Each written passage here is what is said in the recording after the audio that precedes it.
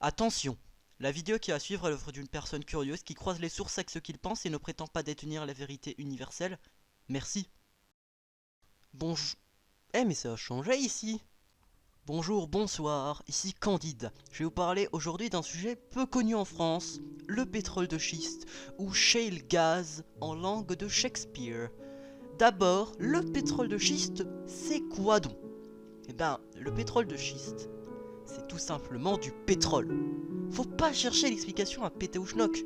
Le nom pétrole de schiste vient du fait que ce pétrole est extrait de pierres, notamment du schiste, d'où son nom. Et pourquoi j'en parle? Parce que si j'en parle, c'est qu'il y a bien une raison. Sinon, j'en parlerai pas en fait. En effet, le pétrole de schiste est un sujet peu parlé et polémique dans différents domaines. C'est donc ce qui va être analysé dans cette vidéo, les différents procédés liés au pétrole de schiste. D'abord, nous allons parler du sujet qui est le cœur des discussions à propos du pétrole de schiste, son extraction.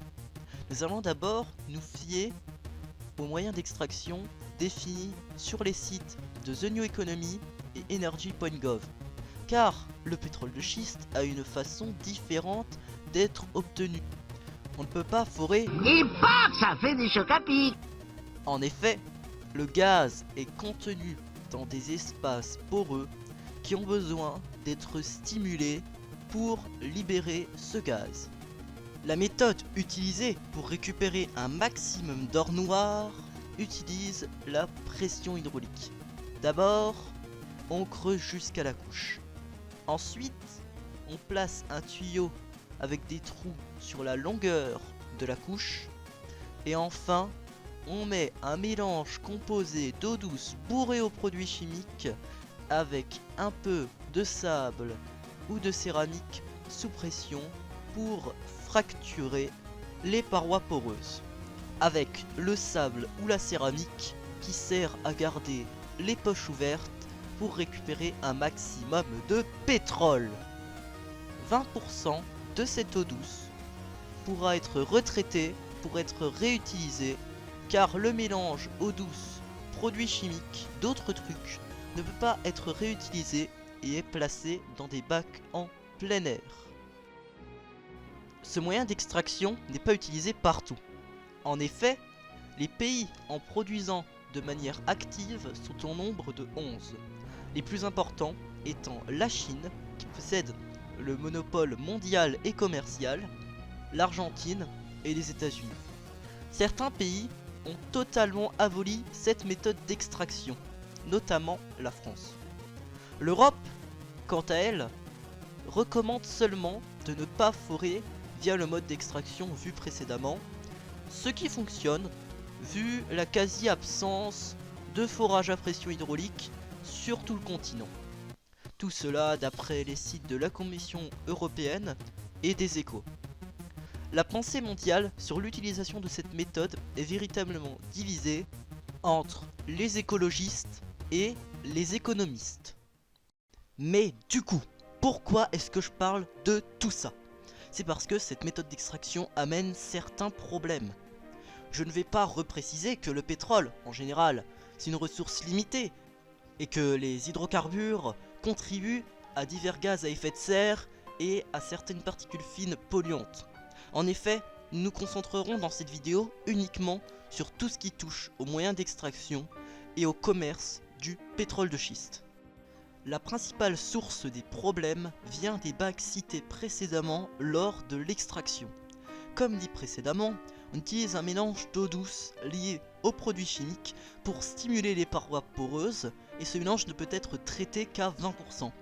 Sauf que l'eau douce, c'est tout de même une ressource assez rare, surtout dans certaines zones assez arides comme par exemple la Californie au hasard. Cela pourrait donc contraindre d'autres procédés utilisant de l'eau douce, comme par exemple au hasard la retransformation du lithium. De plus, des personnes vivant en Amérique à quelques kilomètres de ces bacs, ce qui est tout de même une sacrée distance, auraient témoigné et se seraient plaintes de toux et d'aphonie, ou encore même de nausées d'après le post de Madame Goldenberg sur le site de The Guardian. Certaines personnes ont remarqué que les bâches gardant ces produits sont en effet censées être refermées, mais dans à peu près la moitié des cas, elles ne le sont pas. L'humain est donc impacté directement par les résultats du procédé d'extraction de ces puits de pétrole de schiste, tout comme l'environnement, par la volatilité de ces produits. Pour finir, je vais vous apprendre quelque chose de véridique qui se passe dans le pays dans lequel nous vivons. En effet, la France, ce pays qui a interdit le forage par fracture hydraulique et qui possède des accords qui vont en faveur de l'écologie, que ce soit des accords nationaux ou avec l'Union Européenne, par exemple la loi qui a banni les pailles en plastique. Eh bien mesdames, messieurs et autres, la France, notre pays qui a le potentiel de posséder un avenir prospère et durable, travaille en même temps à empoisonner le terrain d'à côté en achetant des barils de schiste américains. Et personnellement, une action aussi bâtarde, une action aussi sale, une action aussi irrespectueuse, je trouve que... C'est honteux! Excusez-moi, je me suis un peu emporté. Je disais donc que c'est honteux de la part d'un pays comme la France de montrer qu'il parle comme s'il supportait la cause climatique, tout en plantant un couteau empoisonné dans le dos des écologistes, et qu'on en parle si peu. Cela a été souligné depuis fin 2018. Mais les contrats ont probablement été signés depuis la COP21 de 2016, d'après le site de ConsoGlobe. On ne peut pas vraiment en connaître plus sur les chiffres et l'utilisation de ces importations, car ces informations sont gardées confidentielles. On a pu remarquer au cours de la vidéo les divers fonctionnements et utilisations controverses à propos du pétrole de schiste, que ce soit une extraction utilisant des ressources rares et dispersant des gaz dangereux, ou revenant au principe même du pétrole. Le pétrole de schiste est, selon moi, un moyen de faire croire qu'on ne pollue tout simplement moins en polluant finalement plus. Évidemment, cela reste un avis, et comme tout avis, il est subjectif. Et comme toute chose subjective, je vous encourage à lire plus d'articles pour vous faire pousser votre propre avis. Merci d'avoir regardé la vidéo. Merci aussi au site de la PMC, de la Commission Européenne, de The Local, The New Economy, Energy.gov, Wikipédia, The Guardian et Les Échos pour m'avoir permis d'obtenir des sources et des arguments pour approfondir mon contenu. Des remerciements aussi spéciaux à Thomasus pour des conseils de montage, à Turnut pour la musique que vous entendez actuellement en fond, et aussi des remerciements à Daniel Veredigi Lapinou et d'autres pour des conseils pour améliorer mon contenu. D'ici là, soyez sympathiques, restez responsables et portez-vous bien.